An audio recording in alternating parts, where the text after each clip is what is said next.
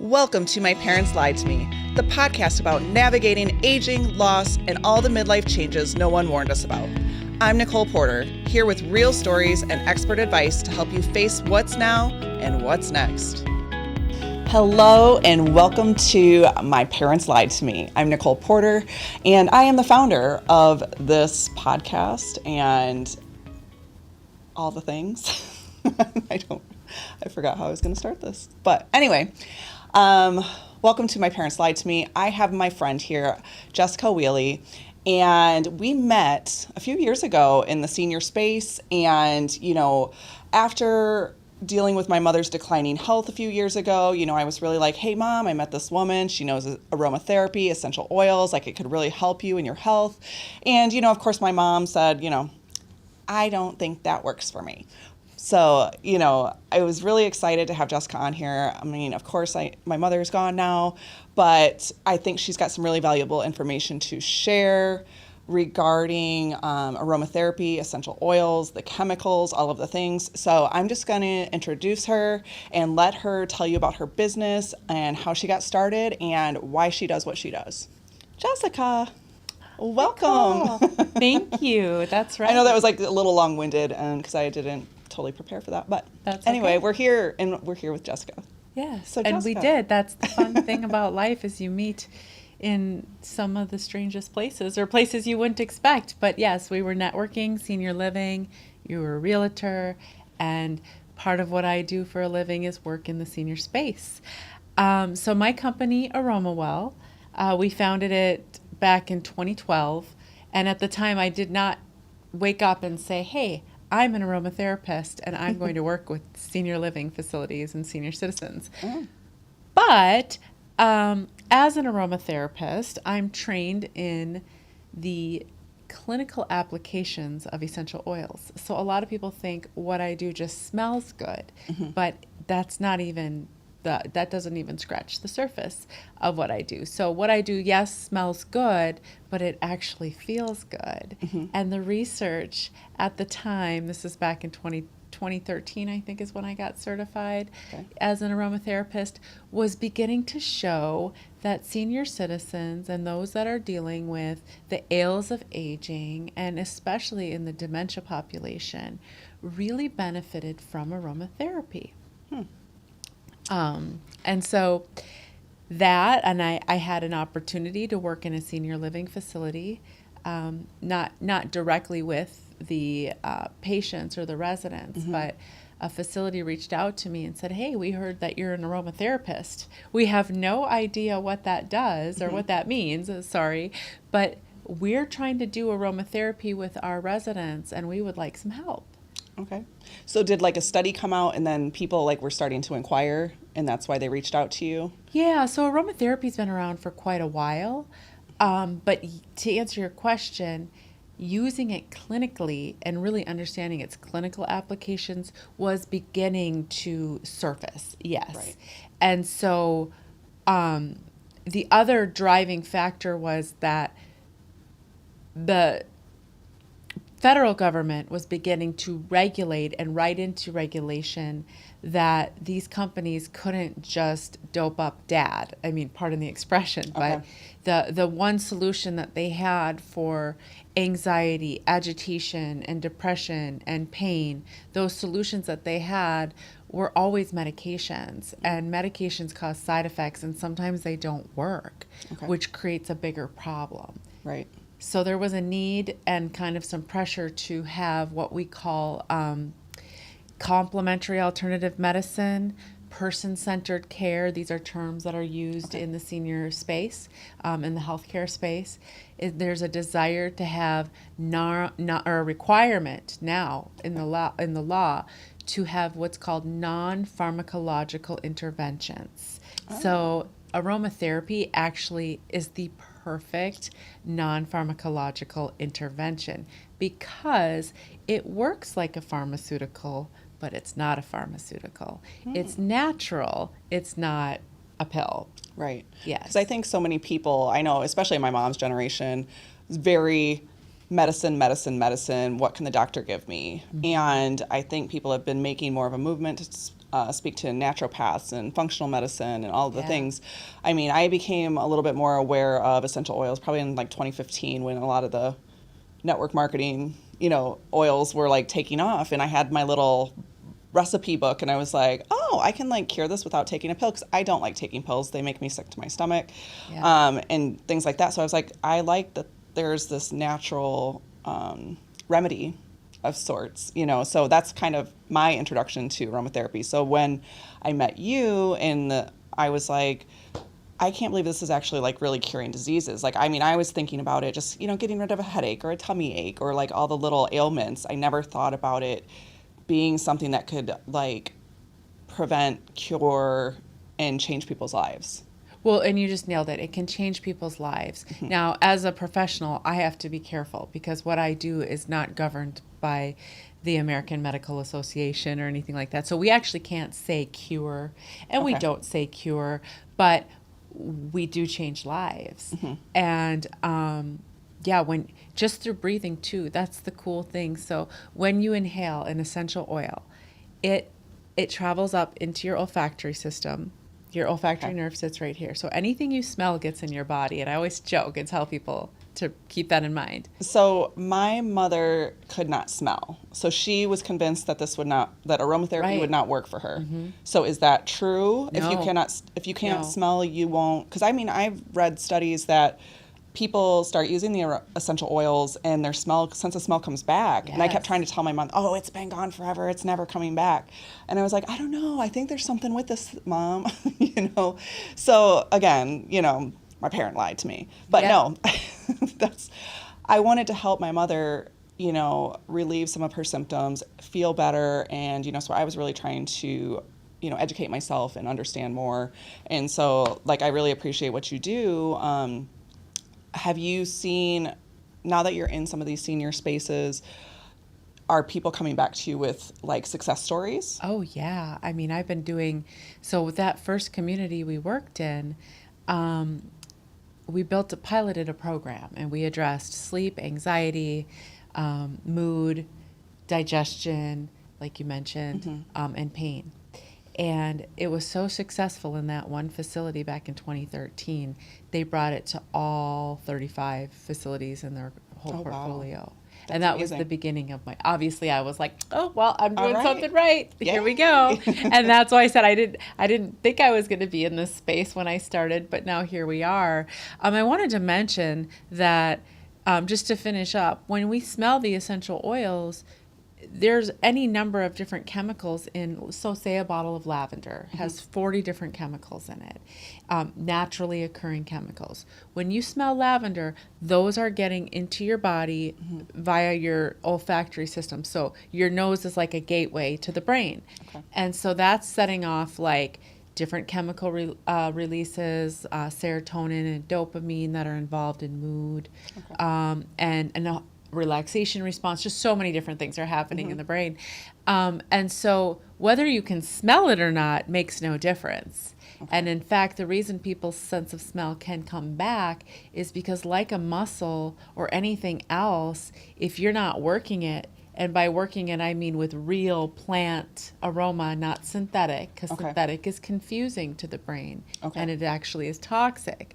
But real natural essential oil will trigger those olfactory nerves and start firing them off again and bring them back to life. Not always, but we had a hospice that was using our aromatherapy, and they were able to get a woman who was not able to sleep even with the medications. They were able to get her off of sleep medications in her last few weeks of life, which is really important because when you're on hospice and you're dying and your family is trying to connect with you before you leave this earth and say goodbye, it's the less meds, the better. Right. And so they were able to, she couldn't smell, but they did it anyway, and they were able to get her off her medications and sleeping naturally for the last few weeks of her life. And she even said something about it to them. She said, wow, I'm having dreams again.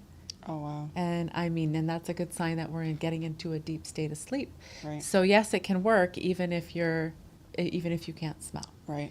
It's got to bring the family some peace to know that their loved one is passing more naturally and not suffering, so, as much maybe. Yeah, that's right, because one of the drawbacks, and I know because my mom passed away too, as you know, that's part of my story on how I got into this, but when I was 19, my mom passed away, and she was on hospice, but it wasn't like it is today. It was in the hospital. It was very cold. It was very sterile.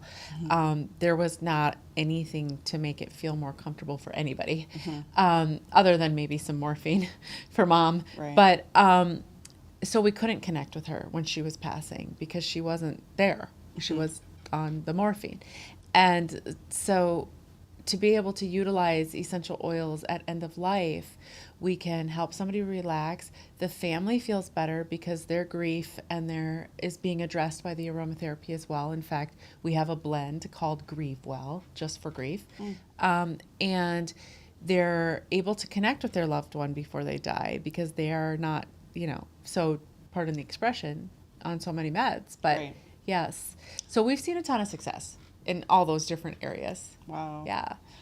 Are there any major stories that you want to share? I mean, this is an opportunity for you. And with your parent porter, I want to be a proactive resource for families. So that's why I wanted to have you on here, because I want to be able to tell these people in their homes, I know we've talked about chemicals, and I'll let you expand more on it because I don't totally understand it, because I use my Glade plug-in and I like the way my house smells and all the things. But for an aging adult, when I go into their home, if it's filled with chemicals, I want to be able to make suggestions, more natural solutions for them that will help them hopefully live longer, feel better, and all of the things. Sure. So on the topic of artificial fragrance and Glade plugins, and the idea of being proactive, one of the most proactive things you can do for your brain is to get rid of that now. Okay. And I will say that with a little stern voice. I know. Yes, because synthetic fragrance in the United States is thousands of chemicals that don't have to be disclosed, that are actually not allowed to be used in the EU because they're so toxic. They're not only toxic to our hormonal systems, our reproductive systems, unborn children, our brains, they're neurotoxic. They mess with our hormones. And so if you think of, all of us have to be aware of that. But start thinking about vulnerable populations. And we are blessed with this information today that our parents were not. Right. So they've been exposed to it all these years, and it's getting worse. And so now they're vulnerable. Their brains are vulnerable. Their bodies are vulnerable. And oh, by the way, they're victims of polypharmacy, which is 10 to 20 other chemical cocktails of medications in their body interacting with these chemicals coming in through their nose. So it's quite a bomb going off, okay? Right. And so one of the things I teach, because I do teaching and consulting, and not just in senior living, but all over in different industries, is the first thing you need to do is eliminate that, because that could be causing your problem. Right. And so we're talking not just the plug-in things, but what about regular candles? Yes, there's what a cumulative about, effect too. I've heard people talk about laundry soap, all of the things. Yes. So anything that has a scent added to it. If it's not pure essential oil, and only pure essential oil, because some of these companies get creative and they'll say lavender Febreze. Lavender Febreze has very little real lavender in it. Okay. I'm guilty. Yeah. I was like, oh, lavender, that's good for you, right? I'm smelling lavender. That should be good. But no, it's not. That's how they trick you. Okay. And one trick I have is to just say, turn over the bottle or the package. Does it say fragrance or perfume on the back? Or does it say this is made with 100% pure essential oil? Because if a company is using pure essential oil and only pure essential oil, they want you to know that. Okay. Because it's a good thing. And so what the Febreze will say is fragrance. And then it will actually say down on the bottom, this contains fragrance allergens. Okay. FYI. So and that will cause inflammation, I assume. Oh, yeah. Brain inflammation, confusion. So the first thing I do when I go into a senior living facility is find out where they're trying to, well, and it's a good, I mean, they're trying to address odor. Right. So it makes sense. Right. Where are you trying to, or in a home even, Nicole, this is what you can do. Where are you trying to make it smell good? Okay, if you could just switch over to clean natural products here, and oh, by the way, we can put stuff in here that not only smells good, but it will make you feel good. It'll stimulate your brain and your cognition and help you stay young and lower your cortisol levels, help you sleep better. I mean, so when I go into the facilities, this is what I say. First of all, you have to get rid of this because this is contributing to their problem, and your employees and staff and, you know, all of that. And then you have to replace it with something better, something clean and something healthy. We can help you smell good and feel good. And so in a person's home, that's as easy as, it's a lot easier to obviously address in a home, but people are resistant. Right. Yeah. I can see that. Another thing we've talked about, I'm not to get off the thing of fragrance, but as a conversation we've had that's been very important to me starting Your Parent Porter was you and I talked about mold and mildew smells and things like that. And my house in Michigan, my parents' house, you know, it's always had that musty smell. It's Michigan, it's damp, it's the things. Yeah. And, you know, we just kind of shrugged it off like, yep, it's probably moldy in the basement, whatever.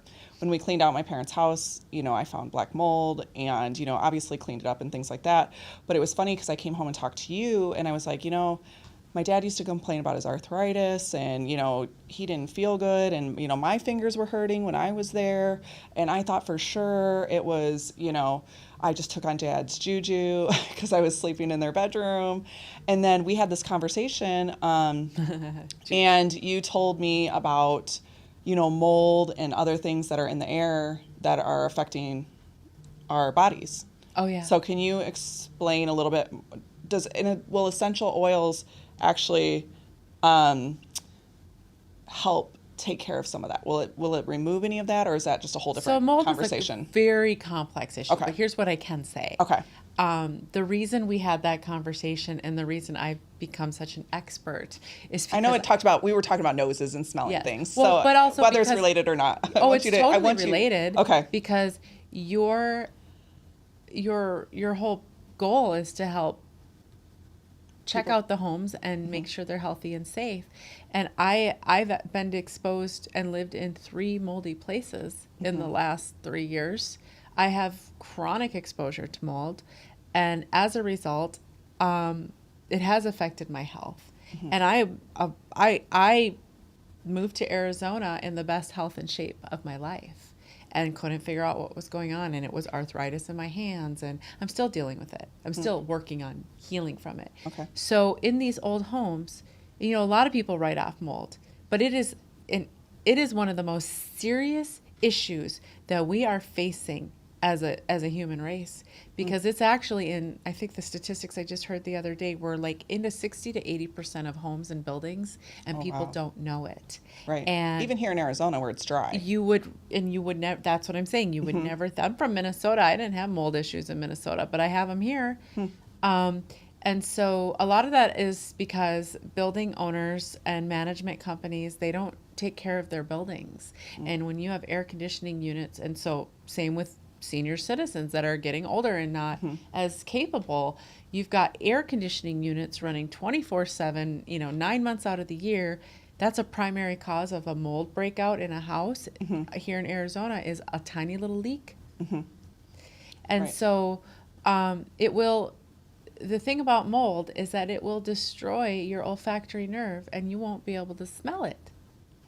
Yeah, it's smart. So I wonder if that was part of my mother's problem of not being able to smell. Exactly. She blames it on a nasal spray that she took too much of and just said it like killed her olfactory nerve or whatever. Well, that could be too, but why was she taking the nasal spray, right? Who knows? Yeah. Yeah. I think she was just taking like one of those like Zicam or, you know, like, you know, something to prevent the cold from coming on or something. But she overused it is what she claims. But, you know, now knowing what I know about mold and hearing from you and actually that the aromatherapy can still work. So, I mean, you go into these homes. So now I've got an aging adult in their home. If I go check on them, I can smell the mold or mildew or something in their house. I can smell the chemicals in their house because I know the difference. I think I know the difference between essential oils and, the plugins that are like pretty obvious, cranking out the perfumes. But, I want to be able to make recommendations to them like, hey, let's get checked out for the mold. Hey, let's get essential oils in here. Like, if we eliminate one and add the other, is there a way to like kind of reverse the damage that's been done? Yeah, so mold's tricky. Okay. One of the things I can tell you about mold is that you have to remediate it. You have to find the source of it, and you have to remove it. And that can be really complex. So the first thing you need to do is start with a proper test. There's like little air sampling tests, and you have to get a proper, it's like a swipe where they pick up the dust and they look at what's actually coming out of the air and settling on surfaces. Oh, okay. If it's in the HVAC system. Right. If it's in the walls or things like that, that's a different, you've got to go around with moisture meters and see if there's a leak somewhere. So it could be anything causing it. Right. But utilizing aromatherapy, utilizing certain essential oils and diffusing them into the air actually does address microbes. Fungus, mold, bacteria, viruses. Essential oils are really efficient at killing and or at least reducing counts on all levels. So diffusing regularly in a home is going to reduce your microbial counts, and the air quality is going to improve. Even if you don't remove the source, it's better than nothing. Right. And in fact, there's some mold remediation companies that will actually push essential oil-based products through the HVAC system after they're done. Yeah. Okay. Yeah. Are those here locally? Well, I don't Or know. have you heard, I just know the product. I don't know who's using it, but I also know that I've done it. Like I've hooked our machines up to HVAC systems and sterilized them with our essential oils. Yeah. Very interesting. We're gonna. Yeah, we don't have any like testing that we did, so I gotta be careful what I say. But we've done, like just based on the research, knowing that what they do. Yeah. Well, then we have to find those companies that are doing this. I know. So I can recommend them to my clients that are coming. Yeah. Is there anything else about, essential oils that you think people don't know or understand that is a common question that you get, and it's very eye-opening for other people that are inquiring? Yes. So first, like you mentioned, and thank you, you didn't know how powerful they truly were. And that's one of the goals I have, is to help people understand like this. Every one of these oils, there's how many different plants on the planet, and the ones that, because the oil is the aromatic part of the plant, it's isolated from the plant, and all of them have different chemistry, and they're all basically pharmaceutically active and have different properties. And so the first thing I want people to know is there's a lot they can do, and to not underestimate them. They are medicine and they are neuroscience, and they do so many different things to the brain. Regular smelling of essential oils is so good for the brain. So think of rosemary. Rosemary is good for memory. It stimulates something called acetylcholine, which is the chemical in the brain that's involved with memory and cognition. So if you're regularly smelling something like that, even at our age, it's stimulating your brain. You're keeping it alive. You're keeping it active. You're keeping that acetylcholine pumping.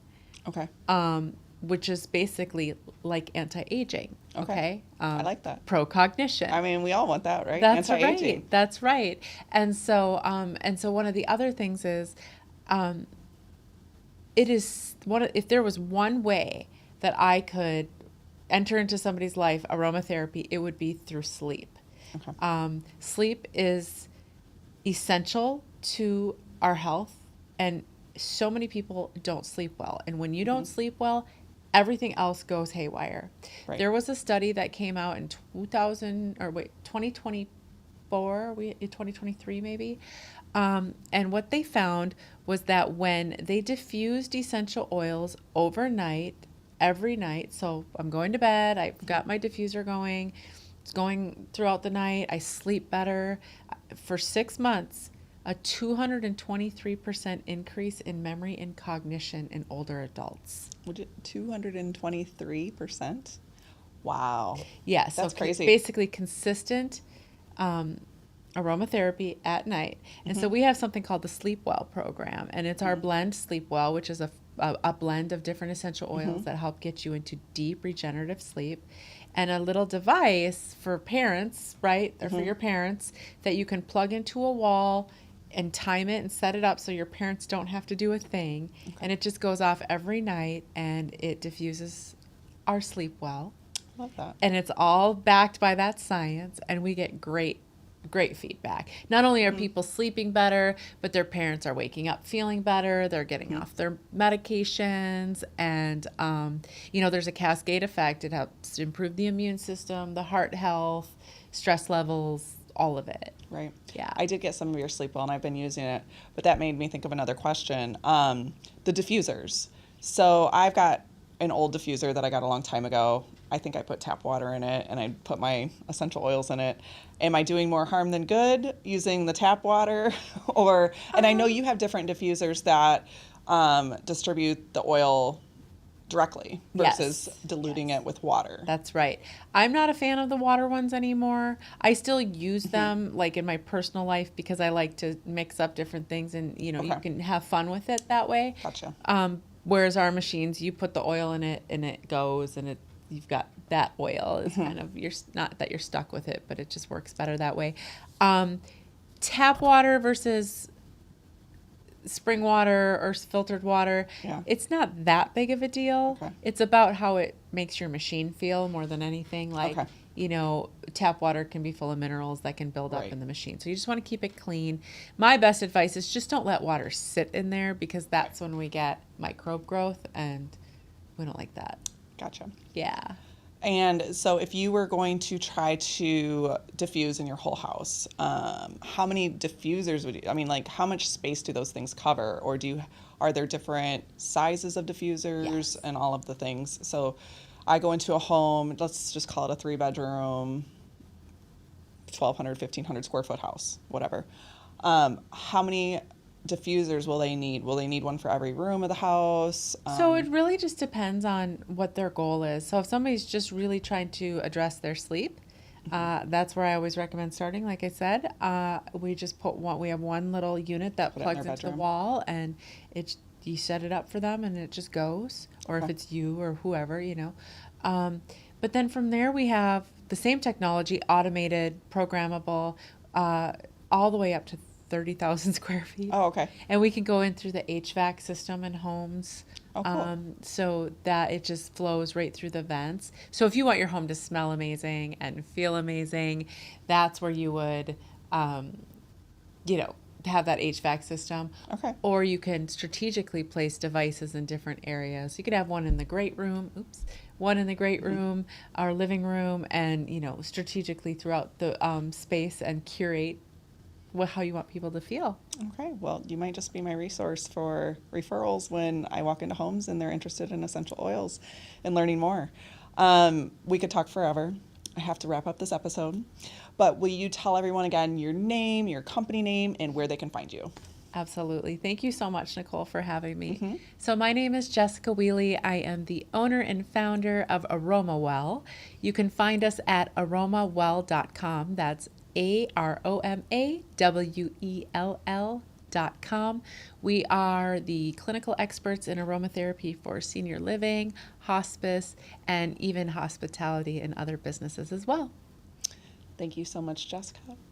And thank you to my listeners. Another episode of My Parents Lied to Me is complete, and I will catch you on the next episode. Don't forget to like, subscribe, and share with your friends. See you next time. Thanks for listening to My Parents Lied to Me, where we face the realities of aging, family change, and midlife reinvention with a little grit and a lot of heart. If today's conversation helped you feel less alone, I would love for you to like it, share it with a friend, and hit follow so you don't miss the next story or tip that might help you navigate what's next. Because even if our parents didn't tell us everything, we're figuring it out one chapter at a time.